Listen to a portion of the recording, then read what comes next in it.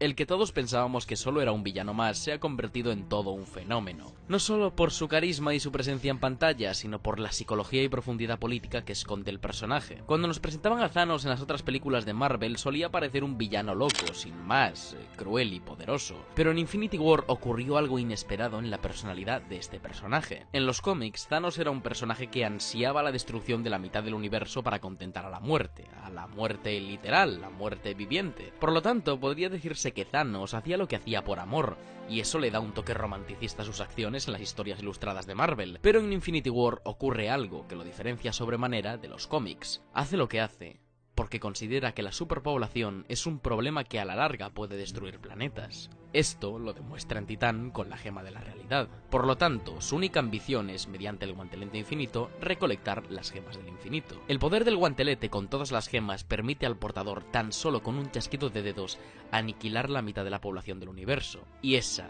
es su única ambición. Por el bien del universo, destruir la mitad de su población para evitar catástrofes. Científicamente, su base argumentativa puede ser desmentida fácilmente, pero Thanos toma ejemplo de lo que ocurrió en Titán, algo que sin duda lo marcó muchísimo. Explicado esto, analicemos la psicología del personaje.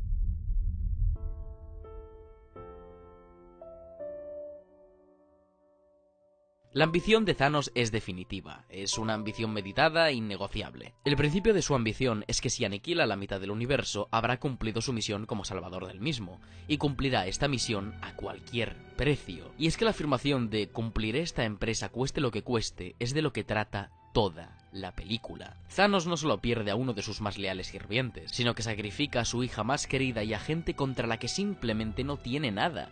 De hecho, en cierto momento de la película tiene la oportunidad de asesinar a Iron Man y le dedica esa frase de espero que te recuerden.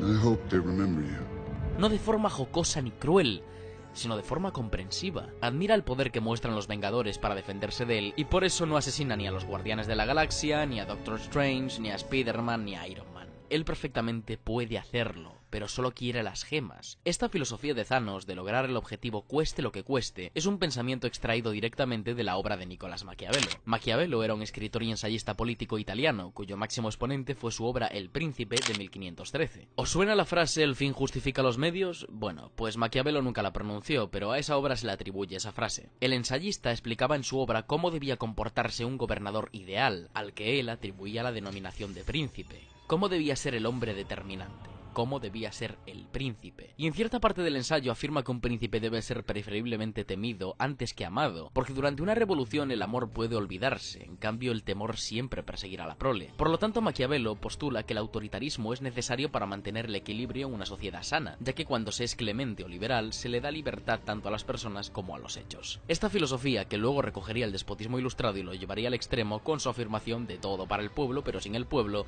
es la filosofía de Thanos.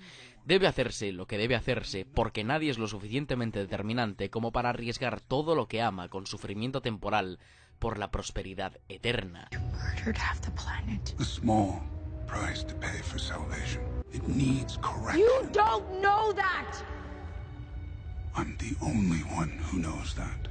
Es la primera capa de la filosofía de Thanos, el maquiavelismo. El fin justifica los medios, aunque el precio a pagar sea terrible. Ahora nos adentramos en la segunda capa de Thanos, el equilibrio.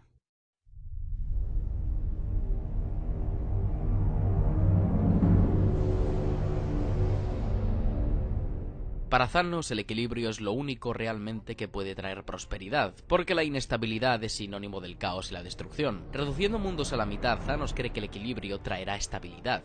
Esta filosofía deriva de la reflexión final del neodarwinismo. Según la filosofía biológica del neodarwinismo, la evolución es un movimiento y cambio constante de la especie, por lo tanto será inestable perpetuamente. Pero esta filosofía argumenta que, finalmente, según la teoría de la selección estabilizadora, se produciría una evolución final y perpetua, provocada por la ausencia de presiones en el medio. Esto Thanos lo interpreta mediante la aniquilación reguladora, eliminando la presión del medio representada en la superpoblación, creando con ello una estabilización global. Explicada la selección estabilizadora, pasemos al apartado siguiente de la filosofía del equilibrio según Thanos, que es la teoría del equilibrio. La teoría del equilibrio es una teoría de la rama económica, pero que revisa de forma extensa la rama social. Según esta teoría, el equilibrio es el estado natural, mientras que el movimiento es un estado transitorio y temporal, además de conflictivo. En el ámbito social se sostiene que los contrarios, que en la situación contemporánea serían las clases, han de neutralizarse, compensarse y contrabalancearse entre sí, en bien de la sociedad para que ésta alcance un estado estable. Thanos interpreta esta teoría a la perfección, basándose en que los contrarios al balance social son aquellos que rompen el equilibrio de la población perfecta, que es la que no rompe la compensación global. Por ello cree que lo justo es acabar con los contrarios, que son la mitad del universo, de forma aleatoria. Es una filosofía que carga a Thanos moralmente de forma excesiva, y su moral, que no está corrupta, cree muy justamente que el destino de los contrarios al equilibrio debe ser juzgado al azar. Por ello comparte esa escena con Gamora en la que le muestra la cuchilla. El equilibrio lo es todo para él. Y también no solo es lo necesario, sino que es lo justo. Y aquí entramos en lo moralmente dudable. ¿Es Thanos justo? ¿Es justo el equilibrio como base esencial? ¿Es la selección estabilizadora un hecho demostrable? ¿Es justo utilizar los medios necesarios, cuesten lo que cuesten, por el bien colectivo? Bueno, es juzgable, pero para mí es el camino de un héroe mitológico. Cruzar el umbral a lo extraordinario sería su empresa de conseguir las gemas, y por último el chasquido estabilizador, que sería el acto final por el bien comunitario. Tercer y última capa de la filosofía de Thanos.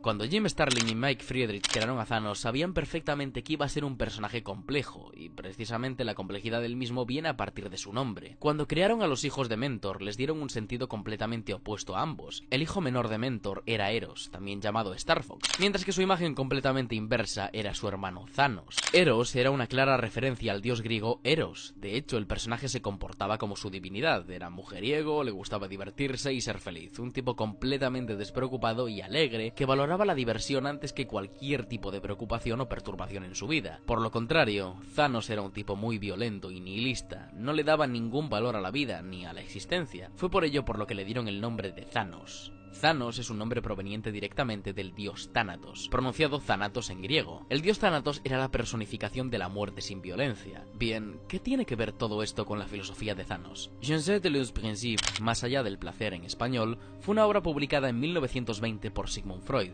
en el contexto de su segunda tópica, es decir, la segunda instancia de los procesos psíquicos. En esta obra Sigmund Freud exploraba los procesos que podían llevar a una persona a cometer ciertos actos en ascenso o en declive, a partir de una moral periódica con un fin determinado. En pocas palabras, según su metapsicología determinaba que existían dos compulsiones de repetición esenciales, que aquí llamaría pulsiones, las pulsiones de vida y las pulsiones de muerte. Las pulsiones de vida, que él mismo decía estaban provocadas por una energía vital llamada libido, son las que impulsan a la mente humana a imaginar, crear y en definitiva al optimismo social. Por el contrario, las pulsiones de muerte son aquellas que nos incitan a destruir todo lo que está a nuestro alcance, a veces incluso a uno mismo. Ya que nunca lo dejó escrito, Eduardo Weiss, que era otro psicoanalista, denominó a la energía destructiva causante de las pulsiones de muerte como destrudo. Lo importante de este estudio de Freud relacionado con Thanos es que las pulsiones de vida las denominó como Eros y las pulsiones de muerte como Thanatos. Eros y Thanos son la viva imagen del dualismo que plantea Freud, de la dicotomía inseparablemente unida de ambas pulsiones,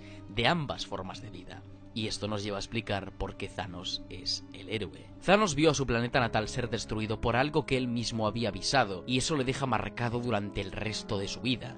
Lleva a su espalda el título de titán loco por conquistar planetas y reducir a la mitad su población, por aniquilar al azar la mitad de un planeta.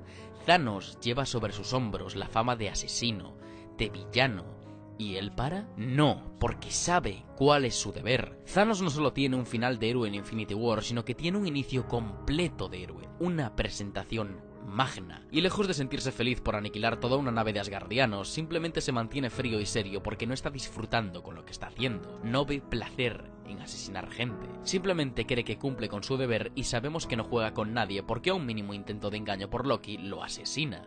Porque Thanos no está para juegos y necesita las gemas lo antes posible. Envía a sus hijos a cada lugar para conseguir las gemas porque él no quiere mancharse las manos. Puede matar perfectamente a Thor o a los Guardianes de la Galaxia, pero no lo hace porque no cree que sea justo su juicio, sino el del azar, porque el azar es equilibrante y él no quiere desequilibrar el sino del universo. No lleva armadura porque considera que lo que está haciendo es un trámite espiritual, no una misión ni una guerra, es un trámite espiritual.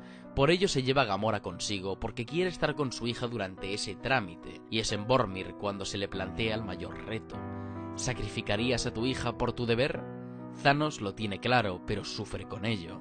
El fin justifica los medios, ni siquiera titubea, llora y con mucho dolor lo hace. Su deber está por encima del amor o aprecio a cualquier cosa, y es así como Thanos se convierte en el hombre determinante. La secuencia final es el camino del héroe clemente, que deja vivir a sus enemigos por mucho daño que le hayan hecho, del héroe determinante, que se deshace de cada uno de ellos para lograr su meta. Pero entonces Thor lo hace añicos, y es aquí donde vemos al Thanos más humano. No hay soberbia, ni siquiera dolor.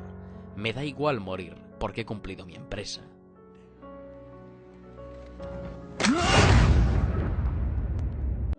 Sigmund Freud, en su discusión sobre la guerra con Albert Einstein, decía que había una gran diferencia entre las pulsiones de muerte y las pulsiones de destrucción. Postulaba que, mientras que las pulsiones de destrucción son egoístas y narcisistas, derivadas a la destrucción exterior, las pulsiones de muerte recaen sobre uno mismo.